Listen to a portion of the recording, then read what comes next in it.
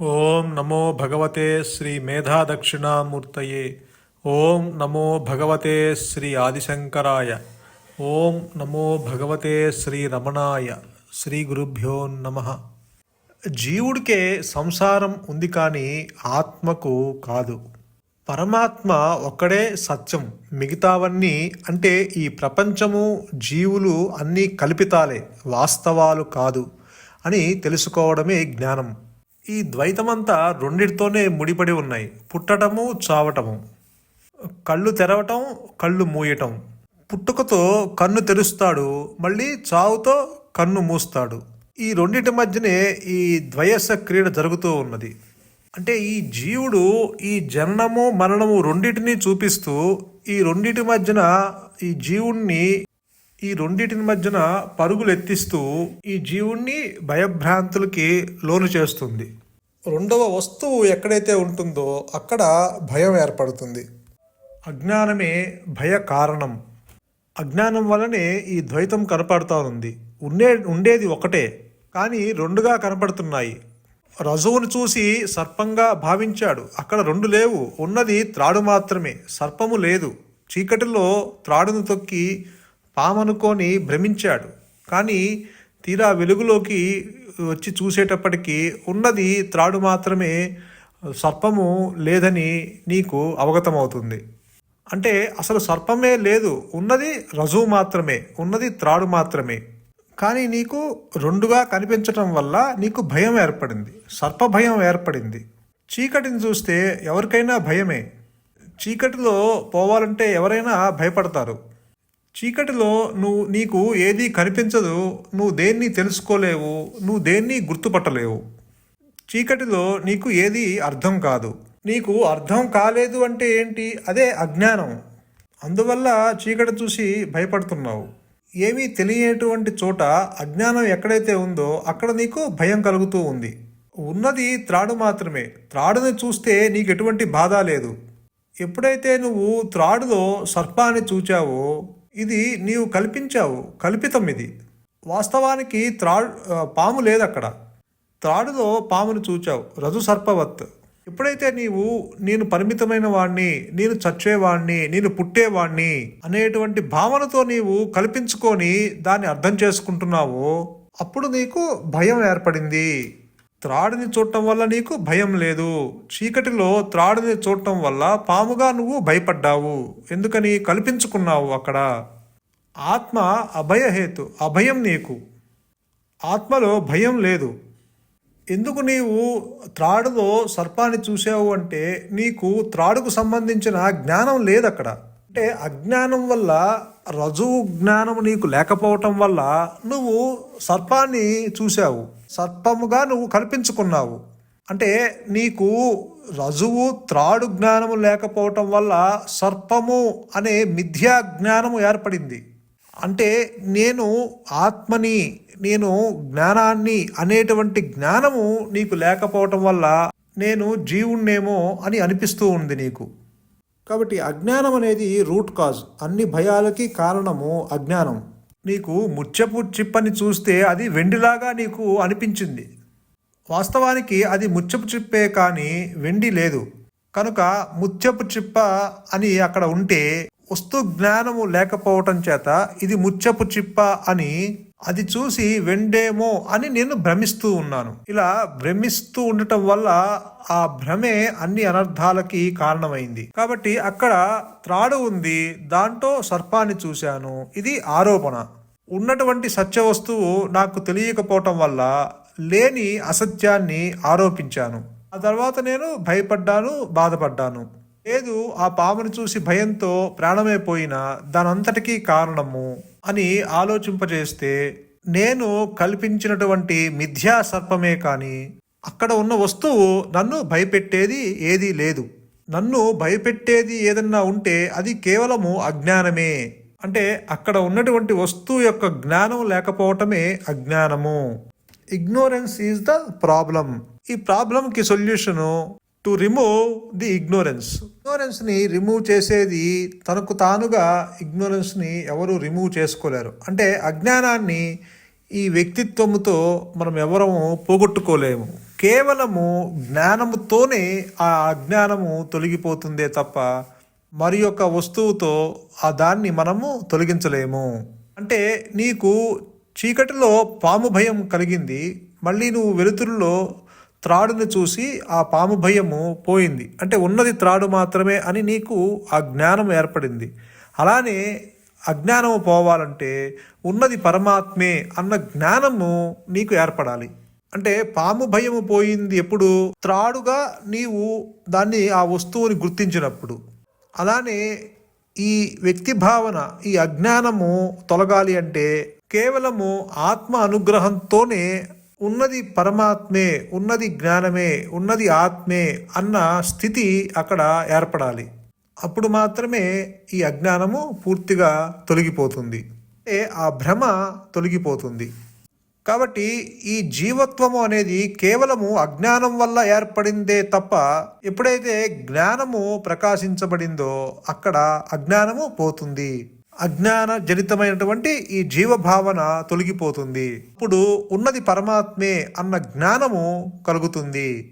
ఈ అజ్ఞానము తొలగిపోవాలి అంటే ఒక్క విచారముతో, ఒక్క మౌనముతో, ఒక్క అంతర్ముఖంతో, ఒక్క చింతావిహీనంతో ఈ మాయా నేనుని అంతం కావించవచ్చు. ఎందుకంటే కారణం ఈ అహంకారానికి ఊపిరి ఆలోచనలు తప్ప వేరు విషయము లేదు. ఇది ఏదో ఒక దేహాన్ని ఆశ్రయిస్తేనే తప్ప ఆలోచనలు రావు, వాసనలు తల ఎత్తవు. ఎందుకంటే ఈ మనస్సు అంటే విషయము జ్ఞానము కలయిక, అంటే వెలుగుతో కూడుకొని ఉంటుంది ఈ విషయ జ్ఞానము. అహంకారము ఈ మనస్సు యొక్క స్వరూపమైతే హంస ఏ విధంగా అయితే నీటిని పాలను వేరు చేయగలిగిన సామర్థ్యము కలిగి ఉంటుందో అదేవిధంగా ఈ మనస్సు విషయాలను వేరు చేసి తనకు తానుగా మూలంలో నిలిచి ఉండే సామర్థ్యము దీనికి ఉండదు. కాబట్టి ఇది ఒకదాని మీద ఆధారపడి ఈ మాయానేను ప్రకాశిస్తూ ఉంటుంది. ఈ మాయానేనులో కూడా ఆ వెలుగు పరిమితమైన జ్ఞానము ఉండి తీరుతుంది. అదే అభాసకాంతి. అంటే బంగారం లేకుండా ఆభరణము నిలవలేదు. అదేవిధంగా నేను ఉన్నానన్న ఎరుక లేకుండా ఈ అహంకారము క్షణమైన నిలవలేదు. కనుక విషయ చింతన తల ఎత్తకుండా నీవు క్షణకాలం గనక నిలబడితే స్వరూప జ్ఞానము ఏదైతే ఉన్నదో అది జ్ఞానవృత్తి చేత అహమహమంటూ తనకు తానుగా ప్రకటిస్తున్న స్థితిని నీ స్వరూపంగా గ్రహించేటట్లు, నిలిచేటట్లు అనుగ్రహం చేత అది ప్రకాశిస్తూనే ఉంటుంది అన్న స్థితి ఏర్పడుతుంది. అప్పుడు రెండు నేనులు ఉండవు, ఉన్నది ఒకటే నేను, అదే అహంస్ఫురణ. కాబట్టి ఈ అజ్ఞానము నశించాలంటే, ఈ భ్రాంతి తొలగాలి అంటే, ఈ కల్పితము పోవాలి అంటే కేవలము ఆత్మ అనుగ్రహం చేతనే అది పూర్తిగా నశింపబడుతుంది. నిజానికి ఈ అహంకారము ఈ ఆత్మని కనుగొనలేదు. ఇది ఏ విధంగా ఉపయోగపడుతుంది అంటే భగవాను ఇలా చెప్తారు. వ్యవహార రీత్యా అహంకారానికి ఒకే ఒక రూపం ఉంది. ఆత్మ అంటే శుద్ధ చైతన్యం, భౌతిక కాయం జడం, అచేతనం. ఈ రెంటిని సంధానపరిచే పనిని అహంకారం చేస్తుంది. అందువల్లనే అహంకారాన్ని చిత్ జడ గ్రంథి అంటారు. అంటే చైతన్యానికి జడమైన దేహానికి ముడి అన్నమాట. అహంవృత్తి యొక్క మూలం గురించి విచారించేటప్పుడు అహంకార రూపమైన చిత్తుని అంటే చైతన్యాన్ని గమనిస్తావన్నమాట. అందువల్ల ఆ పరిశోధన శుద్ధ చైతన్యమైన ఆత్మని సాక్షాత్కరింపచేస్తుంది. శుద్ధమైన నేను అంటే ఆత్మకి, నేను అనే భావానికి భేదముందని నీవు గుర్తించుకోవాలి. ఈ రెండవది కేవలము ఒక భావం మాత్రమే. అది కర్తని కర్మని చూస్తుంది, నిద్రిస్తుంది, మేల్కొంటుంది, భుజిస్తుంది, ఆలోచిస్తుంది, మరణిస్తుంది, మళ్ళీ పుడుతుంది. కానీ శుద్ధమైన నేను అనేది కేవలము నిత్యము అయిన ఉనికే. దానికి అజ్ఞానం కానీ భావం అనే మాయ కానీ ఉండవు. ఆ నేను అనే స్థితిలో ఏ ఆలోచన లేకుండా ఉంటే నేను అనే భావం కూడా పోతుంది. అలాగే భ్రమ కూడా శాశ్వతంగా పోతుంది. దీపాలను ఆర్పివేసినప్పుడే లేక దీపాల కాంతిని తగ్గించినప్పుడే సినిమాలో బొమ్మలని చూడగలవు. దీపాలు వెలిగిస్తే బొమ్మలు కనపడవు. అట్లాగే ఆత్మ అనే జ్యోతి యొక్క వెలుగులో అన్ని పదార్థాలు మాయమవుతాయి అన్నారు భగవాన్. ఈ ఆత్మజ్ఞానము మృత మనస్సుకే కలుగుతుంది అంటున్నారు భగవాన్. ఇలా చెప్తున్నారు. అంటే ఏ భావాలు లేక అంతర్ముఖమైన మనస్సుకేనన్నమాట. అంటే మృత మనస్సు అంటే నిశ్చలమైన మనస్సు, అంటే ఎటువంటి ఆలోచనలు లేని మనస్సు, అంటే అంతర్ముఖమైన మనస్సు. అప్పుడు మనస్సు తన మూలాన్నే తెలుసుకునే అంటే ఆత్మే అయిపోతుంది. అది కేవలము అనుగ్రహం చేత అది జరుగుతుంది. ఒకరు వేరొక పదార్థాన్ని చూచినట్టు కాదది. గది చీకటిగా ఉన్నప్పుడు అందులోని వాటిని కళ్ళు చూచి గ్రహించాలంటే దీపము అవసరము. కానీ సూర్యుడు ఉదయించిన తరువాత వాటిని చూడటానికి దీపము అవసరం లేదు. సూర్యుని చూడటానికి కూడా దీపం అక్కర్లేదు. నువ్వు స్వయం ప్రకాశమైన సూర్యుని వైపు ముఖం త్రిప్పితే చాలు. మనస్సు విషయం కూడా అంతే. వస్తువులని చూడటానికి పరివర్తితమైన మనస్సు యొక్క కాంతి అవసరం. హృదయాన్ని చూడాలంటే మనస్సు అంతర్ముఖమైతే చాలు. అప్పుడు మనస్సు హృదయంలోకి మాయమై ప్రకాశిస్తుంది. మనస్సుకి ముఖ్య లక్షణం చైతన్యం లేక ఎరుక. కానీ అహంకారము దానిపై ఆధిపత్యాన్ని పొందినప్పుడు అదే బుద్ధిగా, ఆలోచనగా, ఇంద్రియ జ్ఞానంగా పనిచేస్తుంది. విశ్వమయమైన చిత్తానికి అహంకారం విధించే పరిమితులు ఉండవు. దానికి తన నుంచి భిన్నమైనదేది ఉండదు. అందువల్ల దానికి ఉండేదల్లా కేవలం ఎరుకే. మనస్సు తన ఆత్మ అనే శుద్ధ చైతన్యంలో దగ్ధమైపోయినప్పుడు అన్ని శక్తులు మాయమైపోతాయి. అంటే మక్కువ కలిగించే శక్తి, పని చేయించేది, తెలుసుకునే శక్తి వంటివన్నీను ఇవన్నీ వ్యక్తిగత చైతన్యంలో ఉదయించే అభూత కల్పనలని ఎరిగి మాయమవుతాయి. ఆలోచిస్తూ మర్చిపోతూ ఉండే ఆ పరిశుద్ధ మనస్సే సంసారం. అంటే అది జనన మరణాల పరిభ్రమణం. ఈ ఆలోచించటం, మర్చిపోవటం వంటి కలాపాలన్నీ నాశనమైపోతాయి అసలైన నేనులో. అదే శుద్ధమైన విముక్తి. అందులో ప్రమాదం లేదు. ఆత్మని మర్చిపోవటం అంటూ ఏమీ లేదు.